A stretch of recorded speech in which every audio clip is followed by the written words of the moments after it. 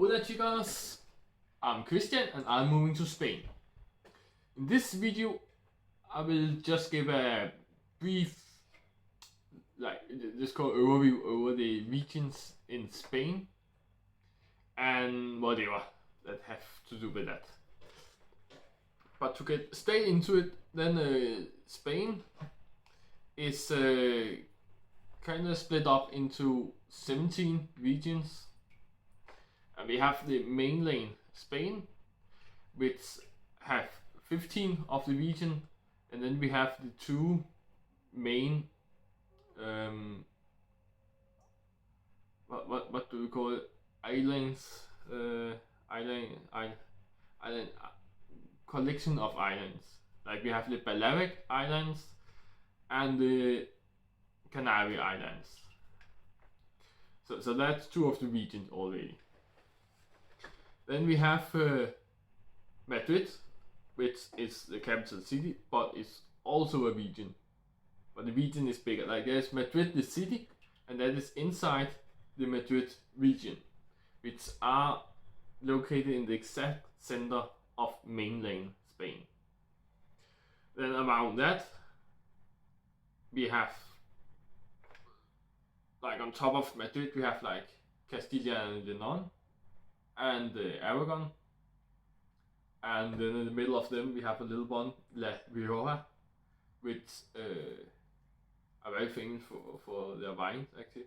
And then we have Navarra on the top of that, and straight up the Basque country, or whatever it's called in your language, and it's called something totally else in Spanish. It's so strange to have so many names for that, and they don't even sound similar. But today I'm just gonna put it in English. I guess that what most of you know at least. So whatever. Then we have on the left we have Cantabria, and left to that we have Asturias, and all the way to the west we have Galicia, which are actually on top of Portugal. I just forgot the name of Portugal. So it's to that straight up north from Portugal we have Galicia, which are all of the chunk of land there are north of Portugal. And then on the far right we have Catalonia, which Barcelona is located in, and more south down the east coast we have Valencia, which also is a city actually. So that's kind of the same story as Madrid. Valencia is a very big region, but the city also, well, it doesn't take up all of the region space, but it's fairly big. Like I think it's the third biggest city. Yeah, it is. Yeah, I'm pretty sure it is.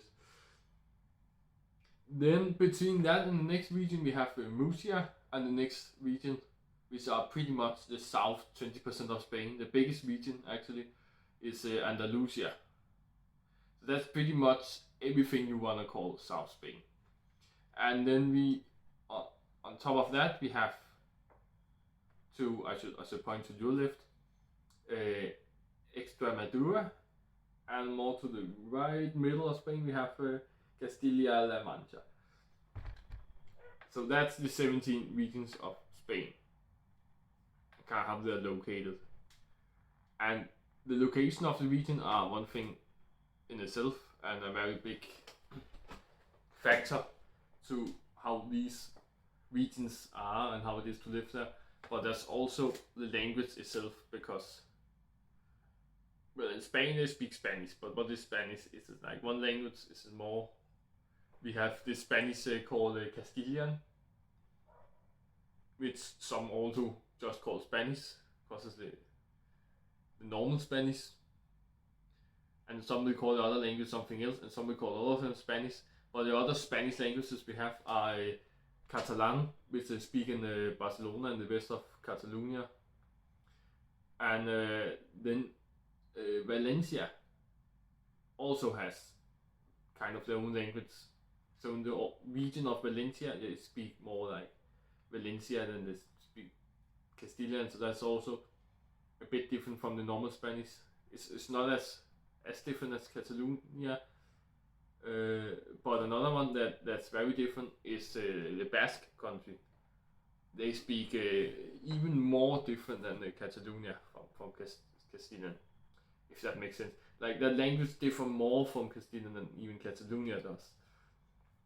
And then we have Galicia, so you are left where they also speak a very different language, kind of their own thing.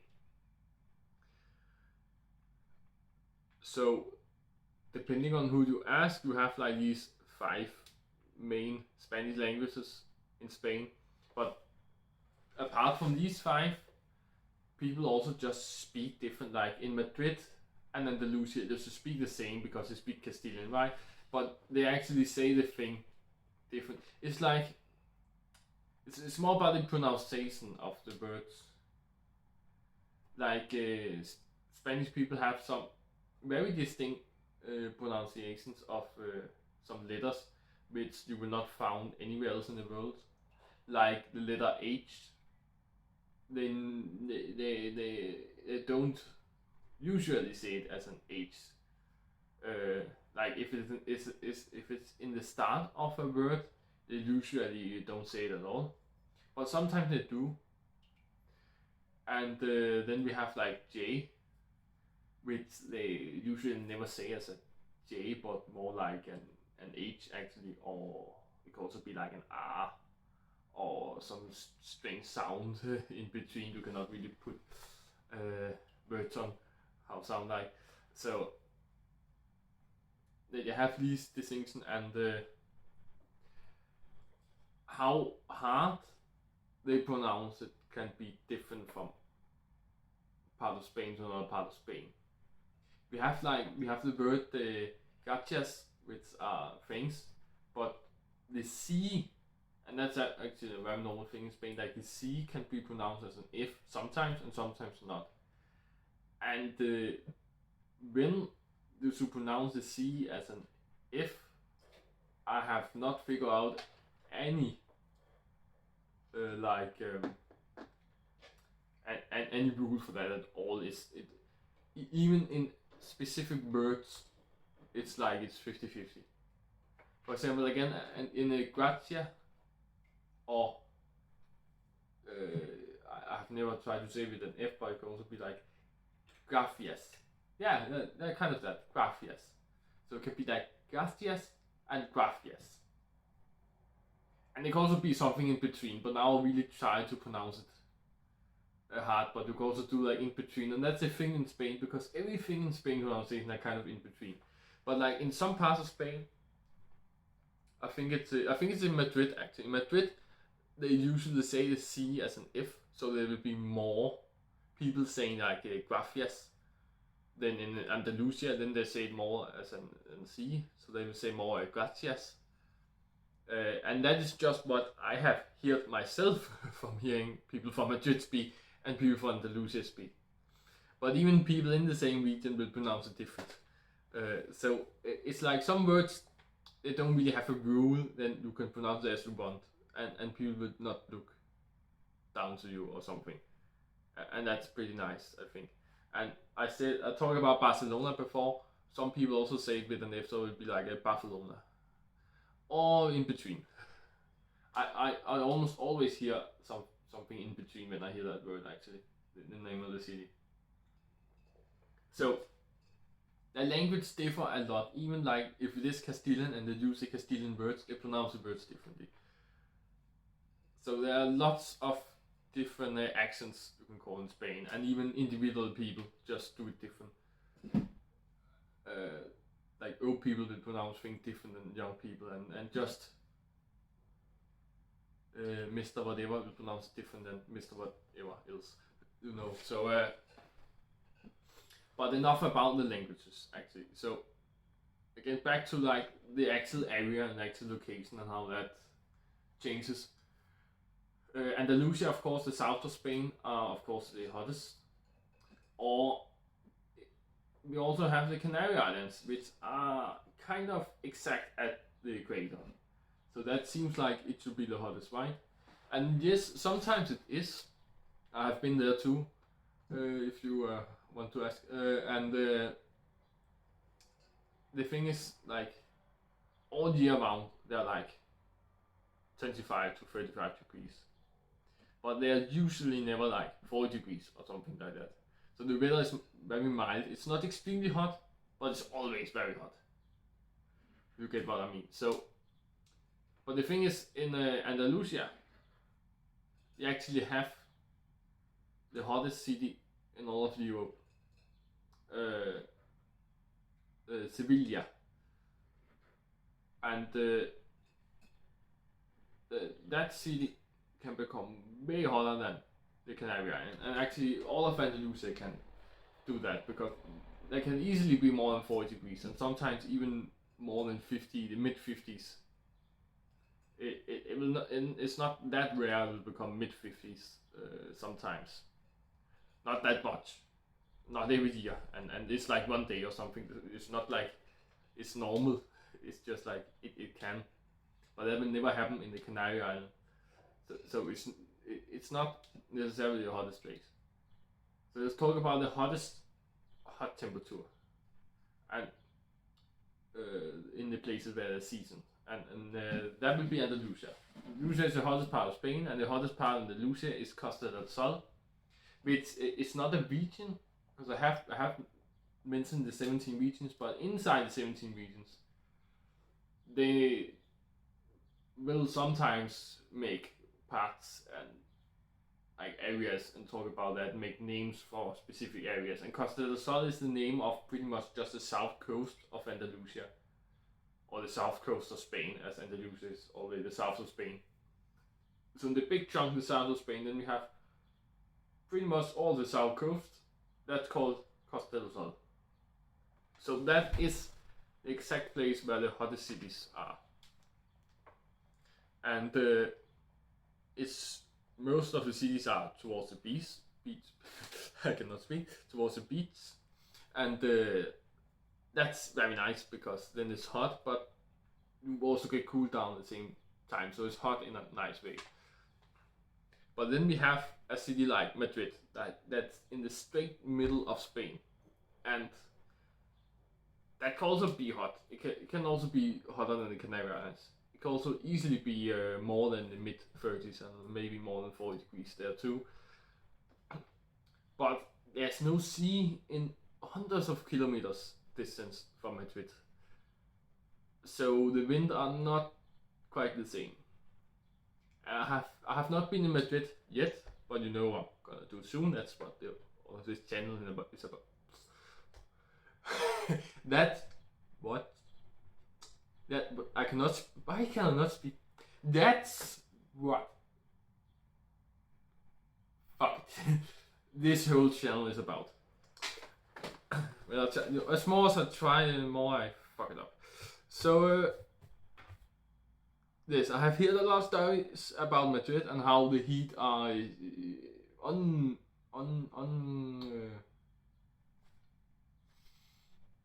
I can't remember the word, but unbelievable hot, unbearable. That was.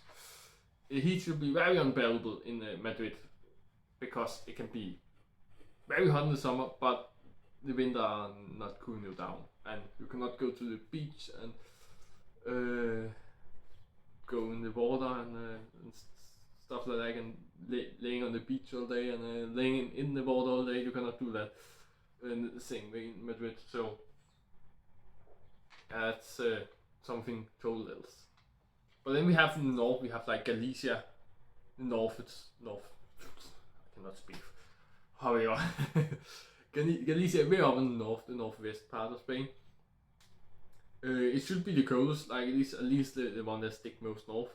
But up there, it's a whole lot of thing compared to Andalusia. It's like 1,000 kilometers away, but it's still 1,000 kilometers south from Denmark. But it's not like it is way hotter than Denmark, but it's not as close to Andalusia, and the weather is more bad. The rain will happen more, I believe.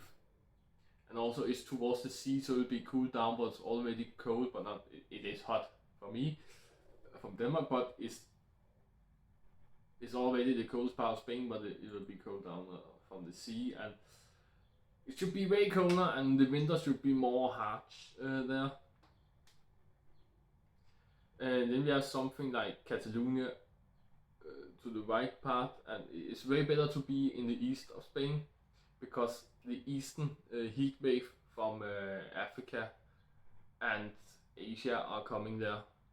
But to the west there are only the big sea, and that's way colder, the wind coming from there. So it's better to be in the east part and also a bit more south. So therefore Catalonia is way hotter than Galicia, but not as hot as Madrid and Andalusia and Valencia and all of that. More south, of course, but it can be very hot in the summer, and even in September are kind of okay still. But then after that it becomes, we'll not call it hot, it will not call it cold either, but just like fine, I guess. And the winter are kind of cold.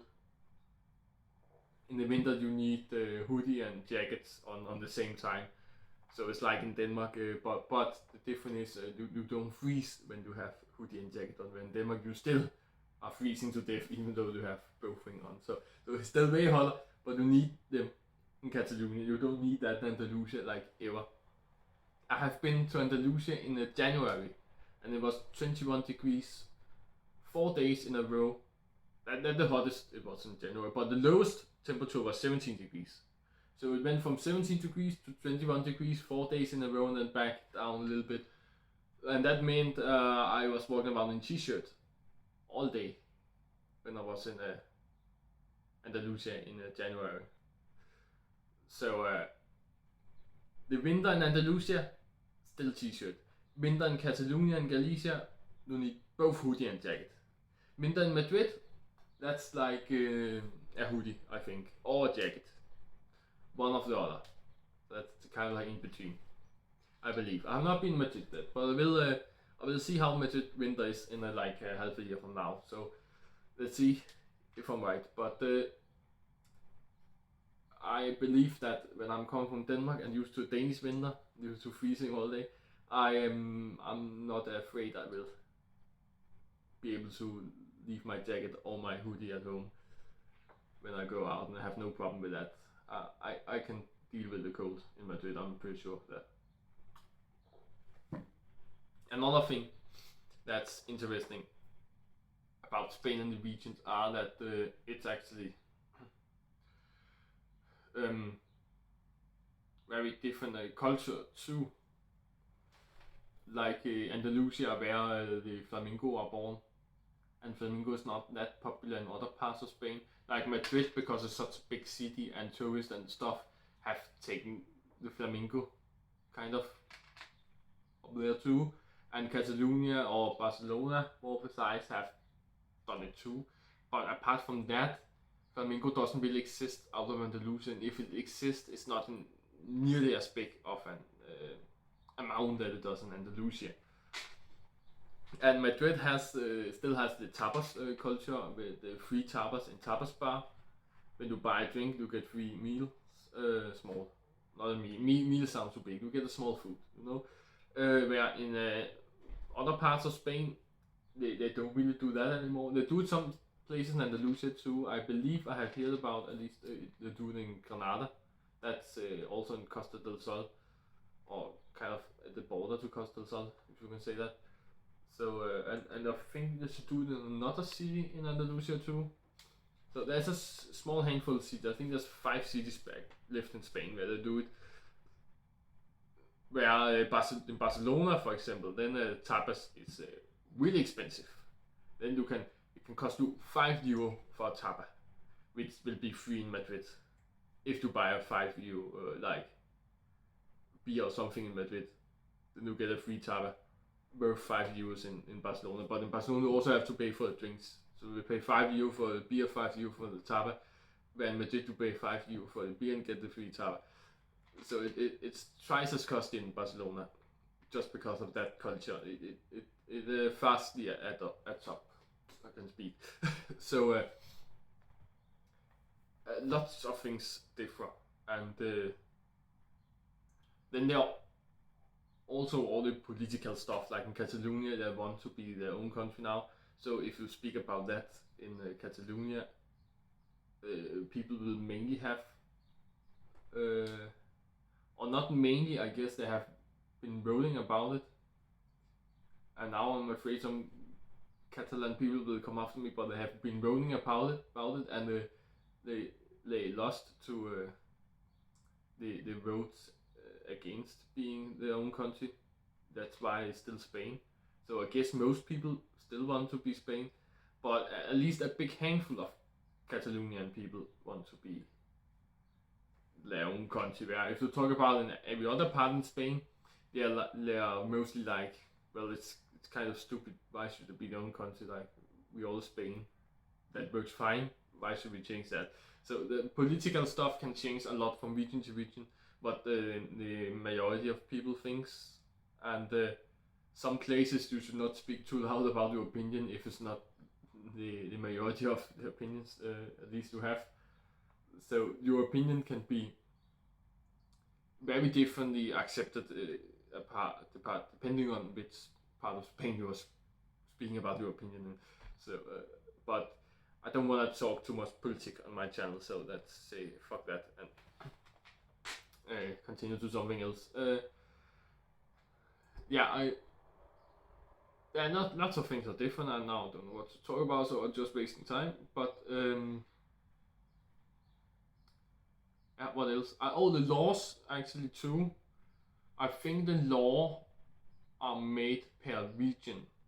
So the 17 regions have different laws, but in the region they have the same law, at least most of the time. There can be a few things the single city or municipality can control. So like in some cities, it's allowed to play music to 5 a.m. At Fridays or something, or maybe even to 5 a.m. at Mondays, I don't know. When in other cities they're like, no, you have to turn it off at midnight or something, So there can be laws like that. They're different. For example, in Costa del Sol, it's quite easy to get a bar location where it's allowed to play music to 5 a.m. because it is like a party place. Not totally, not all across the Sol, of course, and it's not like you can't live there because it's only for party, but they are partying a lot there, and there's a lot of touristy places, and in the touristy places, like the touristy cities know that they are touristy cities, so they have made a law to like work with that. So in these cities, it's allowed to do more things and make more noise than in other cities, like a small city with no tourists, where few people live, I guess. Then the law are a little bit harder with such things, like noisy things. And there are of course also other things. Now I just mentioned one example, but there are a lot of laws that can differ. But again, not that many laws again can differ from city to city, but more laws can differ from region to region. There could be many laws, but there is also some international, or you so call it the national Spanish laws. Like I will actually say that most of the laws in Spain are like national. So it's like Spain has these laws. It's just like something can change sometimes in the regions and sometimes even in the city. But it's only a few laws for the most of the times. Then there is also another very big thing, actually, maybe the biggest thing, and I have not even mentioned it, and that is how civilized the different location is. And I think this actually works in every single country, but especially the big countries. But even in a little country like Denmark, it can change a lot.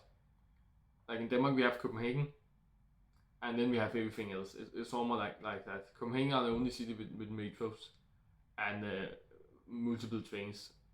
Other cities have a maximum of one train, and some cities only have a bus that go to the nearest train station at another city, and then you can go from there. So, and that's just public transport. But public transport really shows how civilized the city is, because the big cities with many people have lots of public transport, and then other cities far away from that don't have public transport at all, maybe. And that's kind of the same in Spain. If you say talk about Andalusia, for example, Andalusia is a very big chunk. It's 20% of Spain, almost, or maybe more, I'm not sure, around that kind of. In Costa del Sol, the beach are where people go together in Spain. Like Madrid are the only big city that's not in a beach. It's not in the beach, but that doesn't have a beach. So apart from that, it's around the coastal line of Spain. All the big cities want to live on the coastal line. So of course Costa del Sol, the southern coast, the hottest coast in Spain, has a lot of big cities and very touristy. So there's a lot of people living there and a lot of people visiting. So very civilized place. But if you go a bit north in Andalusia, away from the beach, when you come like 50, 100 kilometers away from the beach, you will be up in some mountains or some just straight up land area, and very small cities will appear and very few people will live there, and that's not civilized at all. And in Madrid, for instance, we have the Madrid city, and even in Madrid city, you can see when you go towards the center, it becomes more and more civilized and more expensive, but more public transport appear. And when you get out the side, it becomes fewer and fewer lines, and almost like kind of the whole of the city of Madrid are very civilized. But when you go out to the smaller cities in the Madrid region, then it becomes very uncivilized very fast. But it's not because it's totally uncivilized. I'm talking about it differs a lot very fast. The longer away you come from the center of Madrid, in Madrid city, in Madrid region. So where you live really makes a big difference on how civilized it is, and you should think about that before you choose a city. It's not just point at the map, look at the city and be like, oh, this looks like a nice place, looks like a good location, the city is maybe cheap. Is that the only thing you know? You should not choose it because of that, because there can be reason for that. It can be very uncivilized, maybe it doesn't have the things you want. Like the Spanish culture we want, does it actually have that? Or does it almost not have any culture at all? It's just for having a cheap house and people drive away to do something fun? Or what is that city about? Like, you should really experience the city firsthand before you move there, because they can differ so much. And you can love one city and they hate another, and they can both be in Spain. That's very easy, because almost everything can happen in the cities in Spain. So this has been everything I have to say right now about the regions of Spain. Just a quick overview, which regions exist and what's happening in them. And if you like this video, then like it and subscribe for more videos like this, and to see my process of moving to Spain, what happens next, and to actually see me arrive in Madrid, because it will be way more exciting when I actually arrive in Madrid, of course. And if you have something to ask about the regions and Spain's geography in general, then just ask, and ask me if you want me to do a second video about this, go more in details. Maybe with one region, go in details with Andalusia, or go in details with Madrid, and so on and so forth. So write some comments, write some comments, and tell me everything you like. I guess I'll see you next one. Bye bye.